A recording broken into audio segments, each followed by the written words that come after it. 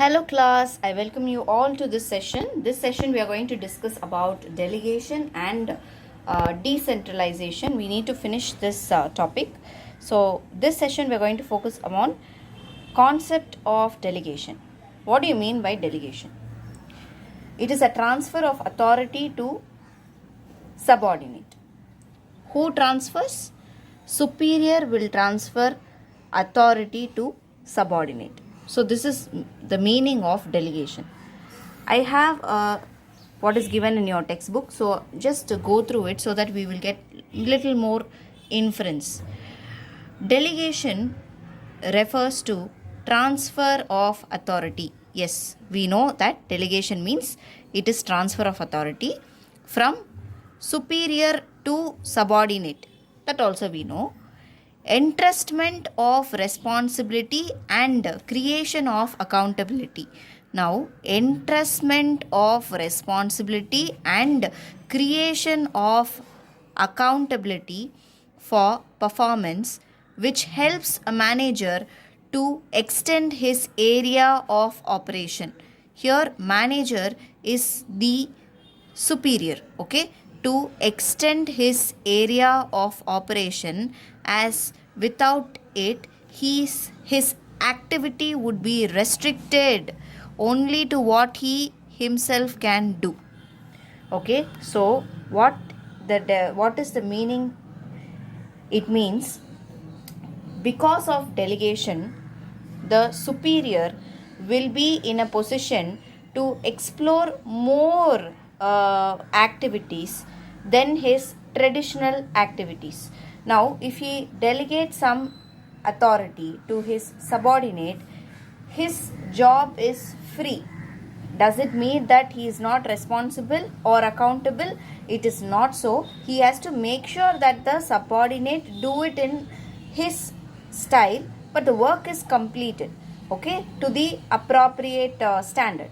So this delegation means it entrustment of responsibility and creation of accountability for performance, which helps a manager to extend his area of operation, as without it his activities would be restricted only to what he himself can do.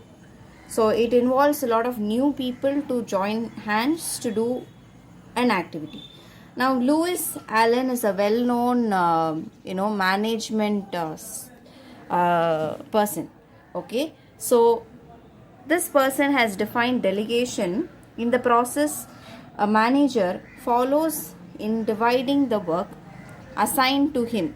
So he is dividing the work assigned to him so that he performs that part which only he can perform because of his unique organizational placement, and can perform effectively, and so that he can get others to help with what remains. Now this is beautifully defined. See, it is, if this is the work that needs to be performed, he is dividing the work, okay. This division of work, maybe this particular work and this particular work is a work that only that particular superior can do. So I am just mentioning S, okay, superior can do. So he does this particular work, and the other work, it can be delegated to other person like subordinate. So he delegates that work to some other person. Now you can see that my diagram is very poor, but just get the concept out of it. Okay, so here is the superior. Now superior, let's imagine this is a consultancy. Okay, so he is the boss of the consultancy. There are 3 employees working under him. Okay, so technically he is the superior, okay, and they are all the subordinates. Now he personally will handle big clients, that is those who are giving huge business to the consultancy. Other small clients, the subordinates will be handling. Okay, so this is called as delegation. Now you understand this, dividing the work assigned to him so that he performs that part only which he only can perform because of his unique organizational placement. He has a unique organizational placement here. He is the superior. He is the boss. He is what? I am the boss. Yes, he is the boss. So he performs the unique aspects of that particular organization. He handles important stuffs. Other unimportant and routine stuffs, he delegates it to the subordinates. Okay. So we are going to learn the principles of delegation. You can see first one is the authority and responsibility. Authority must commensurate with assigned responsibility. Now what is this? Authority must have a link with responsibility. There is one equation here. You just have to take it as an equation. See, when authority is more than responsibility, eventually what will happen is there is a misuse of authority, because authority is surplus. Authority, when it is more than responsibility, there is a misuse of authority. When responsibility is more than authority, then it makes a person ineffective. Okay, so what is the favorable balance? The authority must be equal to responsibility. It should commensurate with the responsibility. This is what it means. See the example below. There is a divisional manager enhances the target. See, divisional manager has a target from previously it was 500 units to be produced. Now 600 units. So he has enhanced the target. So 600 units is to be produced. So 100 more units is to be produced. Okay. So this is the target. This is the responsibility of the subordinate. But authority to draw more raw material was not given. Can the subordinate achieve this particular target? The answer is no. Because he didn't give the authority to draw more raw material. Logically, if you draw more raw material only, you can produce more output. So, therefore, the subordinate cannot be blamed if he does not achieve the target. Okay, so you understand the first principle, which is the authority and responsibility. The second principle is delegation does not mean abdication. What do you mean by this? Delegation does not mean abdication. See, accountability is always there. What is accountability? Relates to a particular position, cannot be removed. It cannot be removed just because the work is delegated. Okay, if I say that my work is to teach, I have delegated that work as okay, students, you do it as your seminar. Even though I have delegated my job teaching to you, it doesn't mean that I cannot be accountable for completing this particular part of portion.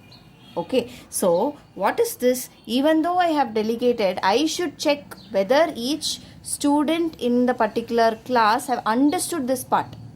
So what I have to do is, accountability related to a particular position cannot be removed just because the work is delegated.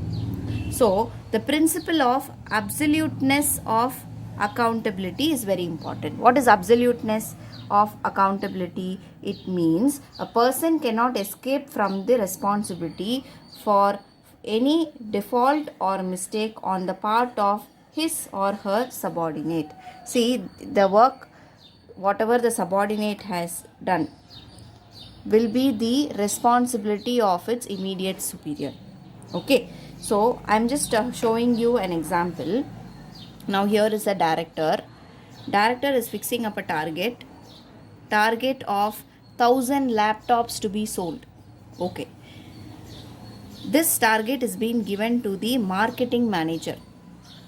Now marketing manager in turn, he delegates this particular target to deputy sales manager. Now deputy sales manager could not achieve this target. He did not do it. So what happens here is, because of marketing manager cannot say that he cannot blame deputy sales manager that he did not achieve the target, so it is not my mistake. No, he cannot do it. He has to be accountable. Accountable means answerable. He has to be answerable towards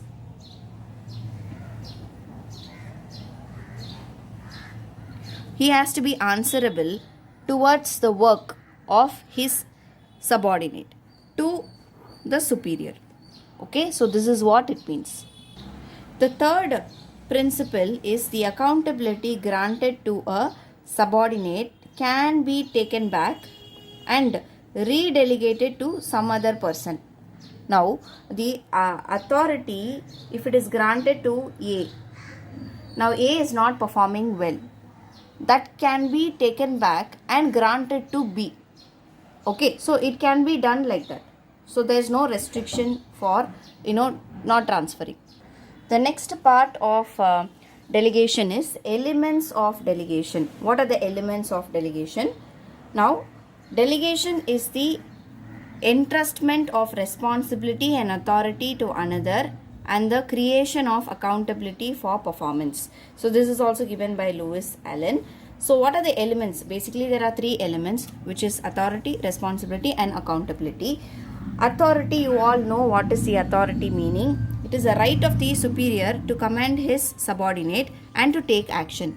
Okay, and right to take decision, that is also authority. So command his subordinate, right to take decision. It arises from established scalar chain. Now what is scalar chain? The hierarchy. Okay, the organizational hierarchy. Then highest in the top management level. So authority is the highest in the top management level and reduces as it goes downward the corporate ladder.